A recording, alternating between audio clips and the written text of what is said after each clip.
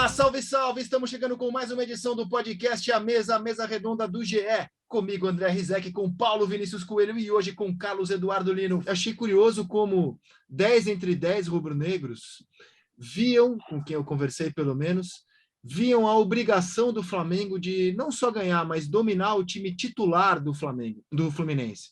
O Flamengo jogou com apenas 4 titulares e os rubro-negros, e boa parte da mídia, inclusive, passou a ideia de que o time do Flamengo, totalmente desmantelado, tinha a obrigação, por ter nomes talvez melhores que o do Fluminense no papel, de dominar e ganhar do time titular do Fluminense. Você também ficou com essa mesma impressão?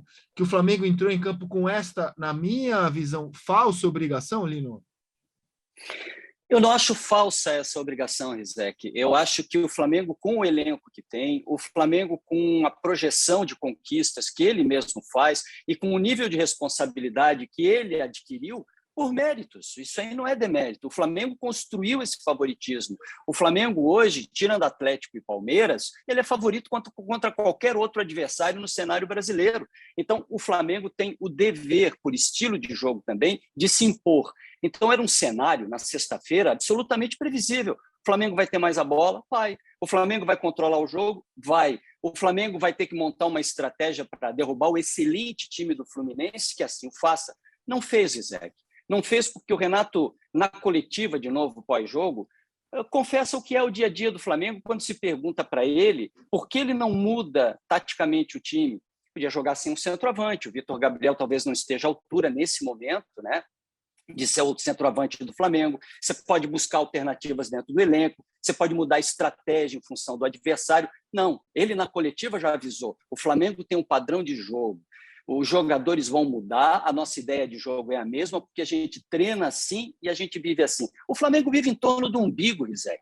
O Flamengo está preocupado com o que ele faz no dia a dia e olha pouco o adversário. Não marcou com velocidade o lado direito do time do Fluminense, você tem que fazer isso. O centroavante era o John Kennedy, o zagueiro era o Gustavo Henrique. O Gustavo Henrique, para correr atrás do John Kennedy, vai levar a vida e não vai conseguir. O Rodrigo Caio teve problemas também. Então, o Renato está tão preocupado com os problemas do Flamengo que ele não enxerga adversário. Treinador moderno que não enxerga adversário não é moderno e nem vai conseguir nada no futebol. Esse é o problema do Flamengo, olhar para si mesmo e só. Olha, o Lino apimentou aqui o debate. Eu disse falsa obrigação, porque primeiro eu olho para o retrospecto do ano, né?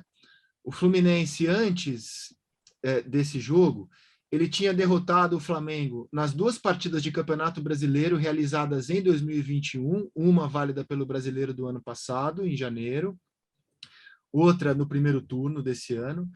Já tinha ganhado também um jogo do Campeonato Carioca, com reservas, empatado outro e perdido a final do Carioca. Ou seja, o retrospecto já era favorável ao Fluminense contra o Flamengo no ano. Aliás, o Fluminense vem enfrentando bem este super Flamengo. É curioso como o Fluminense tem conseguido enfrentar bem esse Flamengo, coisa que muitos outros times, como o Palmeiras, por exemplo, não conseguem fazer. De 19 para cá, o Fluminense consegue.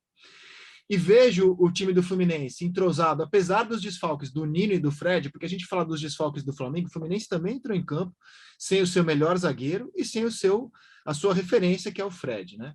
Mas o Fluminense mais inteiro, mais entrosado. O Flamengo completamente desmantelado, né? De titular do time do Flamengo mesmo, a gente tinha o goleiro, o Diego Alves, né? O Rodrigo Caio. Aí a gente tinha... Pereira. Oi? Andrés Pereira e Everton Ribeiro. Andrés Pereira com uma certa dose de benevolência, chamá-lo de titular. Mas sim, Andrés Pereira... Ele deixou o William Arão no banco, que é o único poupado, porque o Vitinho já tinha sido reserva contra o Atlético Paranaense por escolha do Renato, então não vou dizer que o Vitinho foi poupado. O Renato escolheu deixar o Vitinho no banco de novo. E aí o Renato montou um time que não vinha funcionando, adiantando o Andrés Pereira, né, uma função de armador.